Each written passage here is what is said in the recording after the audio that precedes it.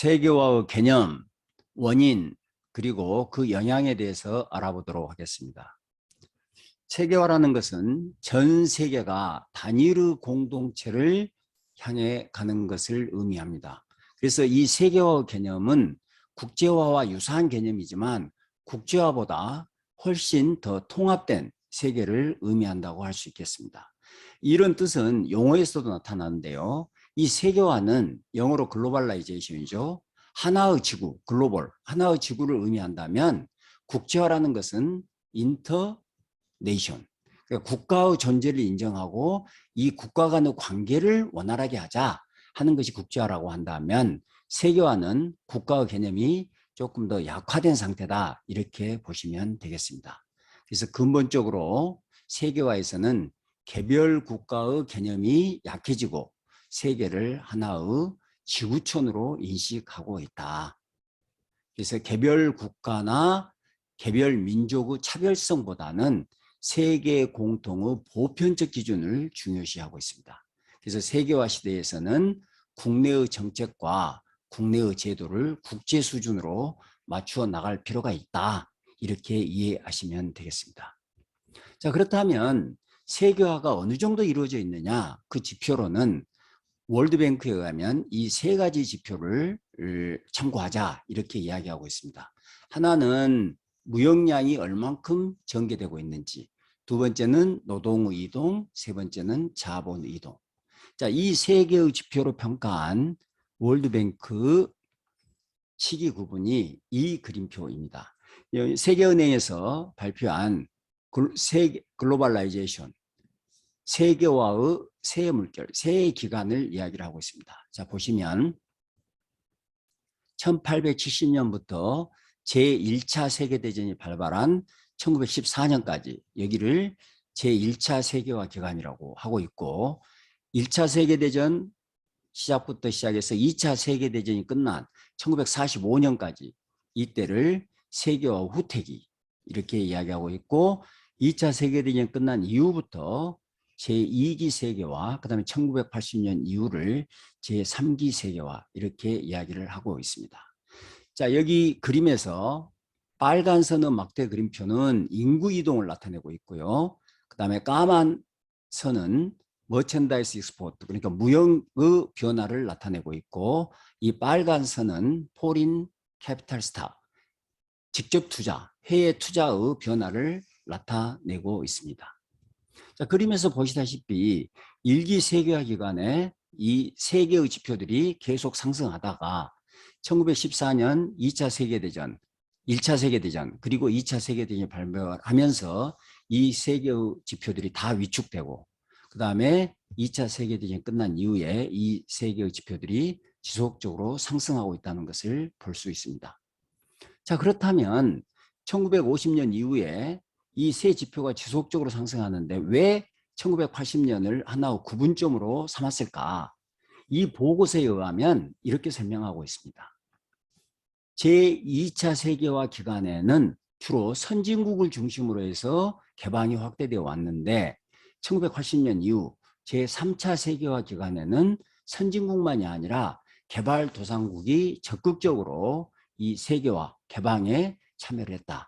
그래서 이 세계의 이 2기와 3기를 구분짓는 1980년을 구분점으로 삼고 있다, 이렇게 설명을 하고 있습니다.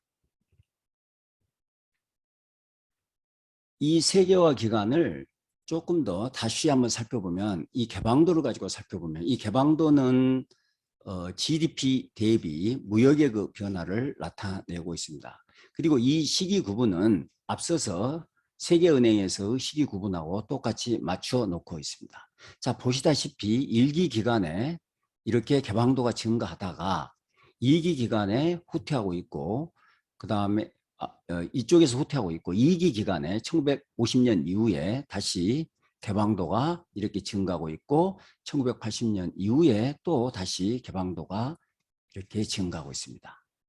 그런데 보시다시피 2기하고 3기를 보면 똑같이 개방도가 증가하고 있지만 증가 속도가 다르다는 것이죠.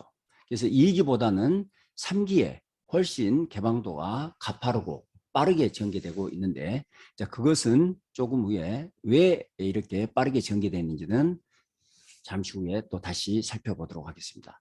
그리고 여기가 2008년인데요. 2008년 세계 금융위기 이후에 개방도가 오히려 하락하고 침체되고 있다, 이렇게 볼 수 있겠습니다.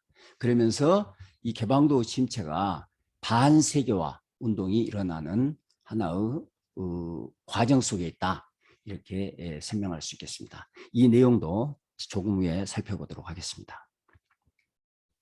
자, 방금 이야기했듯이 1980년대 중반 3기죠, 3기. 이 3기 세계화 기간에 이 세계화가 크게 진전된 이유가 뭘까? 첫 번째는 냉전의 종식입니다. 냉전의 종식. 1987년에 소련이 붕괴되고 1989년에 천안문 사태가 발생하는데, 이건 중국의 개혁 개방을 나타내는 거죠. 그 다음에 1990년대 초반에 동구 국가들이 시장 경제로 전환되게 됩니다. 다시 말해서 1980년대 후반, 1990년대 초반에 대규모로 사회주의 국가들이 시장 경제로 전환되면서 세계화 진전에 기여했다, 이렇게 볼 수 있겠습니다. 자, 두 번째는 남미를 비롯한 개도국들, 그러니까 남미를 비롯해서 아프리카, 동남아시아 이런 개도국들이 과거에는 보호무역주의 정책을 폈는데 1980년 이후에 개방 정책으로 전환되게 됩니다. 자, 그러면서 세계화가 확대되었다.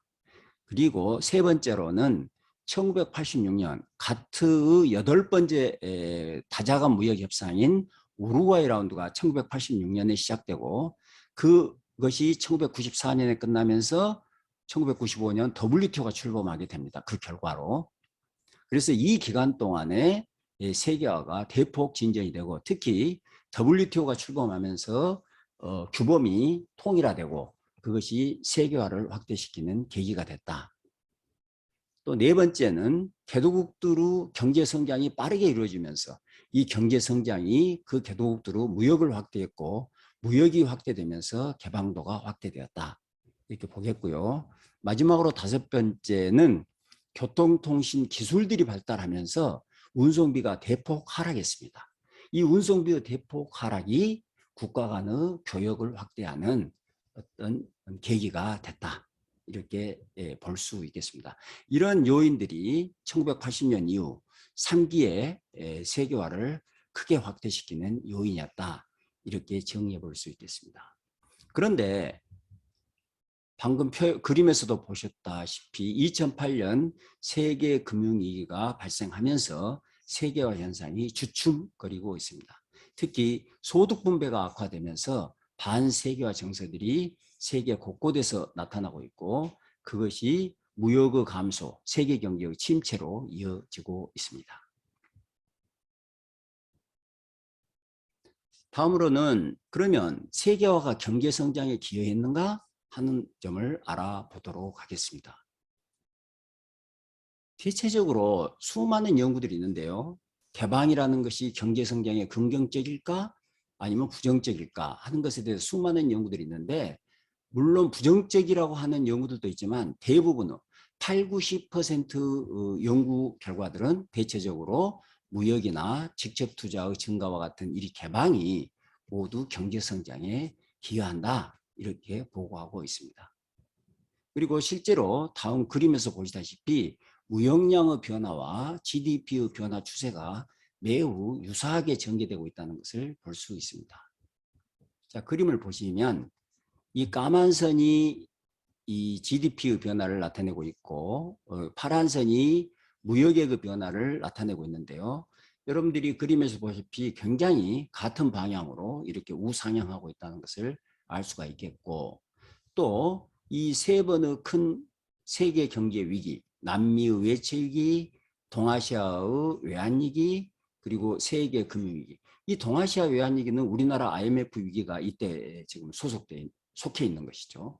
이 세계의 위기 때를 보면 세계 무역이 침체되면서 경제 성장, GDP의 성장도 약화되고, 무역이 침체되면서 세계 경제 GDP 성장도 약화되고, 그래서 이 무역액, 개방의 변화하고 이 GDP 경제 성장이 같이 가고 있다 하는 것을, 상관관계가 굉장히 높다 하는 것을 보여주고 있습니다.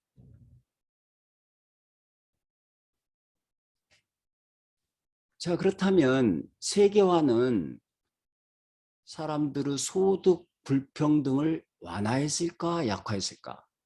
세계화가 소득 불평등을 악화시켰을까, 완화시켰을까? 이것에 대해서도 연구 결과들이, 찬반의 연구 결과들이 나뉘어 있습니다. 어떤 연구는 소득 불평등을 악화시켰다고 그러고 어떤 연구는 완화시켰다고 이렇게 보고 있습니다. 하지만 이제 전반적으로는 소득 불평등도, 세계화라는 것은 소득 불평등도 완화에 기여했다고 평가되고 있습니다. 그런데도 불구하고 2010년대 중반, 2015년을 전후해서 반세계화 정서가 세계 전체적으로 크게 나타나고 있습니다. 세계화에 대해서 반대하는 정서가 나타난 거죠.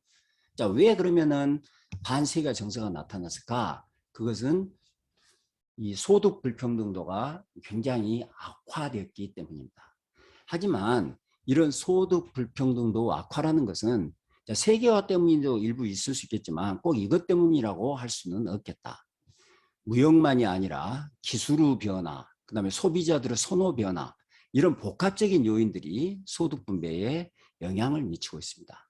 특히 단순 노동자 그리고 숙련 노동자, 이 두 노동자들 간의 임금 격차가 굉장히 확대되고 있고, 그래서 이제 단순 노동자들의 세계화에 대한 반대가 굉장히 심한 거거든요.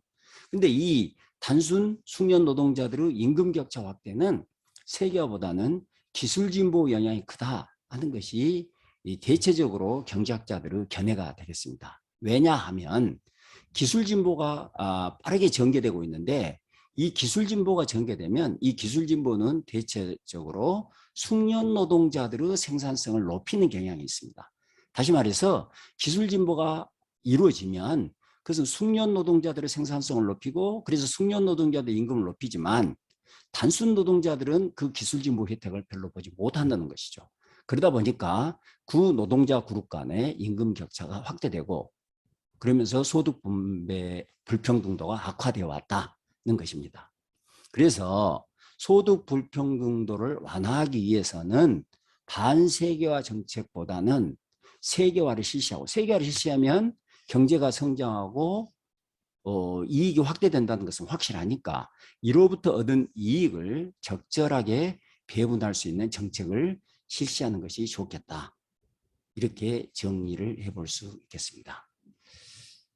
자, 이상으로 세계화에 대한 강의를 마치도록 하겠습니다.